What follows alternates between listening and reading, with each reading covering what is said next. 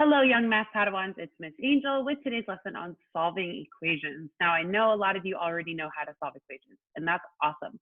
But the more complex the equation gets, we tend to forget how to do all of that solving. So in this lesson, we're going to talk about specifically the properties of equality and how they work, and how to think about solving equations like you would thinking about starting a difficult task. Just picking something to do first, and then kind of working your way through there and seeing if it works. So to start off, we're going to go ahead and do a quick warm-up. Okay, on your paper or on your whiteboard surface, I'd like you to copy down these 4 equations. Your task is going to be to solve these equations using whatever you were taught to do. And while you're solving it, I want you to think about, why am I doing what I'm doing? Like, why is it that I'm adding, subtracting, multiplying, dividing, blah, blah, blah, blah, blah? Like, is it just because I was taught to do it, or is it because I actually know what I'm doing? So go ahead and pause the video now to go solve these 4 equations. Great job. Okay, let's talk about these. So for the first one, most of you probably saw this and went, oh, it's x minus 4.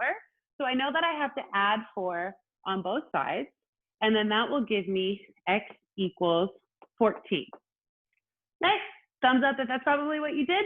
Most of us were taught that because this is subtraction, the inverse operation, or the opposite, or undoing, or whatever word that you use, is to add. But my question for you is, why? Why do we add here? And then more specifically, why do we also have to add on the other side?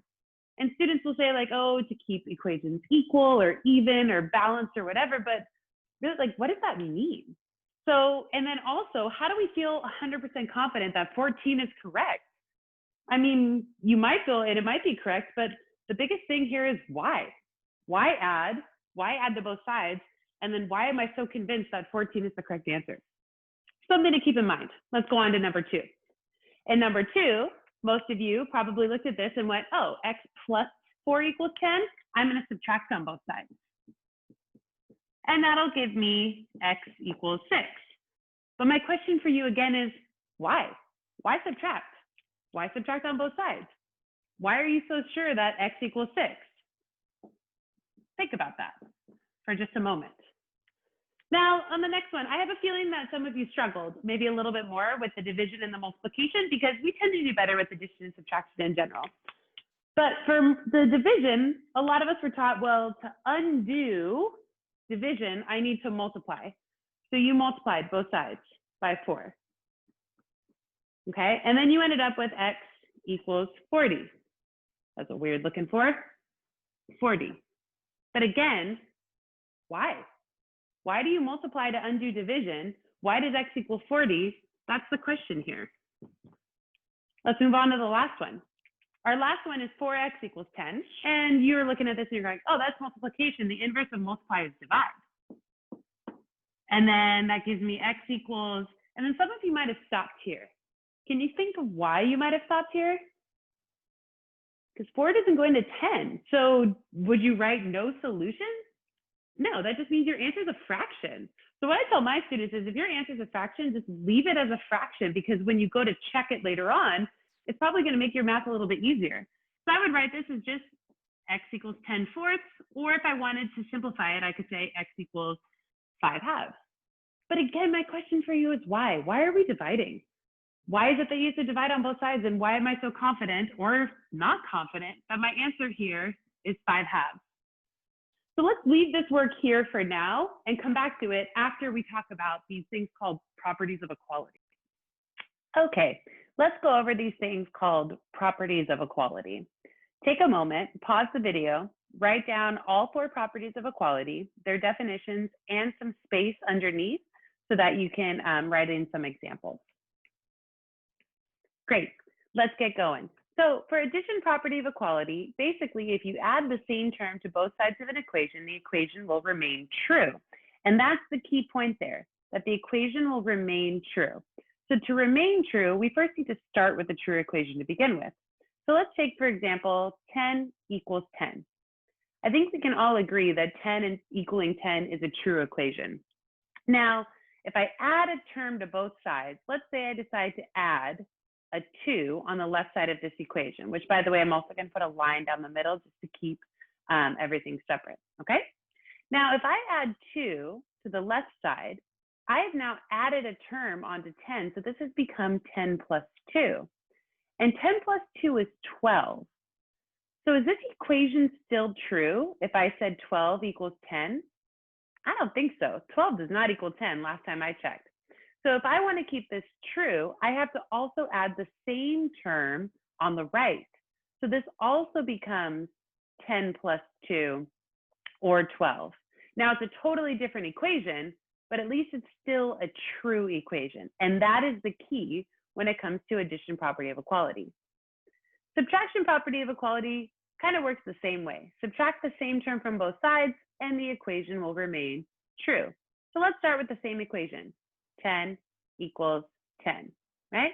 Now this time I chose to subtract 2 from the left side. I'll put my line in. Now what happens to the left side of the equation? Well, now it becomes 10 minus 2. And 10 minus 2 is 8. Now, if I just bring down this 10, does 8 equal 10? Is that a true equation? Heck no, that's not a true equation. So that means I have to also subtract 2 from the right side so that this also becomes 10 minus 2 or 8. Is 8 equal 8 a true equation? Yeah, it's a totally different equation from what we started with, but at least it's still true. So this reason, why do we subtract from both sides? That's called the subtraction property of equality, or SPO. And that's why do we add on both sides? That's called the addition property of equality, or APO. Now let's look at multiplication and division. And multiplication and division work a little differently. It states to multiply all terms on both sides of an equation by the same value to remain true. So instead of having 10 equals 10, because that's a little boring and there's only 2 terms, I'm going to change this to 6 plus 4 equals 10, which is still a true equation. So I'm still looking at a true equation. Now, let's say I decide to multiply both sides of this equation by 2 and simplify. Put my line down the middle of the equal sign, right? Now, 2 times 6 is 12. Bring down the 4. And 10 times 2 is 20. And 12 plus 4 is 16. But hold on. Does 16 equal 20? No, that's not a true equation, but I multiplied both sides. So why isn't this a true equation? I know, because it says that you have to multiply all terms on both sides of the equation. Did I multiply everything? In fact, how many terms does this equation even have? On the left side, it has 1, 2 terms, and on the right side, it has a term also. That's 3 total terms, and all I did was multiply 2 of them. I have to multiply 4 by 2 as well in order for this equation to remain true. So let's try that again. 6 plus 4 equals 10 is a true equation. Again, I'm multiplying both sides by 2, which means I'm multiplying everything on this left side by 2. I'm going to multiply 6 by 2, and I'm multiplying 4 by 2, because this whole 6 plus 4 is 10, and I have to multiply that entire thing. So this is what it looks like. If I decide to multiply 6 by 2, I also multiply 4 by 2, and I multiply 10 by 2. That's what it means to multiply all terms on both sides. Let's see what happens. 6 times 2 is 12. 4 times 2 is 8. And 10 times 2 is 20. 8 plus 20, or excuse me, 12 plus 8 is 20.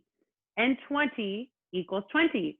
So even though I ended up with a totally different equation, the fact that it's still true means that my work was done correctly. Now let's look at the division property. Again, because it has this all terms, we're going to start with the same equation. 6 plus 4 equals 10. Now let's say I decided to divide both sides by 2. So I divide by 2, right? And I ended up with 6 plus 2 equals 5. Wait a minute, does 6 plus 2 equal 5? I don't think so. I think we did something wrong there. If you look back, what's the key word here? The key word here is all terms in the equation on both sides, meaning I also have to divide this 6 by 2. So let's try this again. keeping that in mind, if I decide to divide 4 and 10 by 2, put my line down the middle, I also divide 6 by 2 because all means all, and that means all terms on both sides. Now let's simplify. 6 divided by 2 is 3, 4 divided by 2 is 2, and 10 divided by 2 is 5, and 3 plus 2, that's 5. 5 equals 5 is a true equation, so that's how we know that we did it right. Now again, the reason why we chose to divide on both sides was because of the division property of equality, or depot. And the reason why we multiplied everything on both sides was because of the multiplication property of equality, or MPO.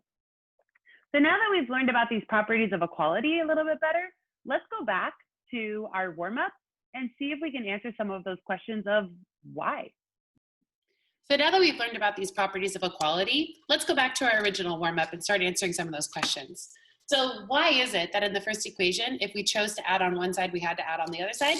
We now know that the reason for that is called the addition property of equality, or APO, A-P-O-E. You have to add the same term to both sides. Why is it that when we chose to subtract on one side, we had to subtract on the other?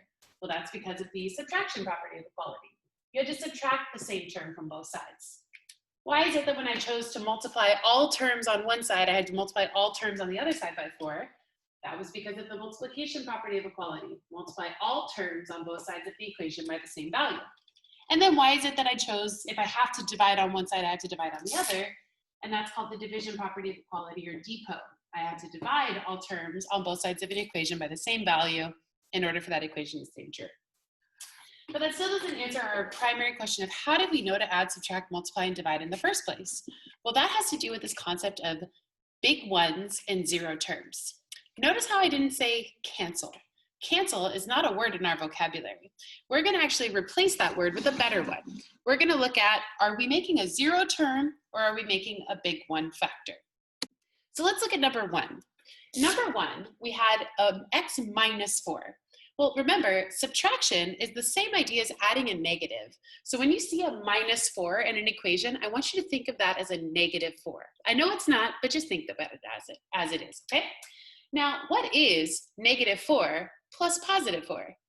Negative 4 plus 4, that's 0. So what we really did here is we took this negative 4 and we changed it into 0. Now, why is that significant? Well, because when we did that, we were left with x minus 0. And what's x minus 0? That's just x. We isolated the variable by making that term a 0. Let's look at what we did over here. We had x plus 4 equals 10, and we chose to subtract 4. Why? What does that do? Well, what's 4 minus 4? That's also 0. So we took this term, we turned it into a 0 so that you were left with x plus 0, which is just x. So in both the addition property and subtraction property examples, we created what is called a 0 term. I want you to write this down.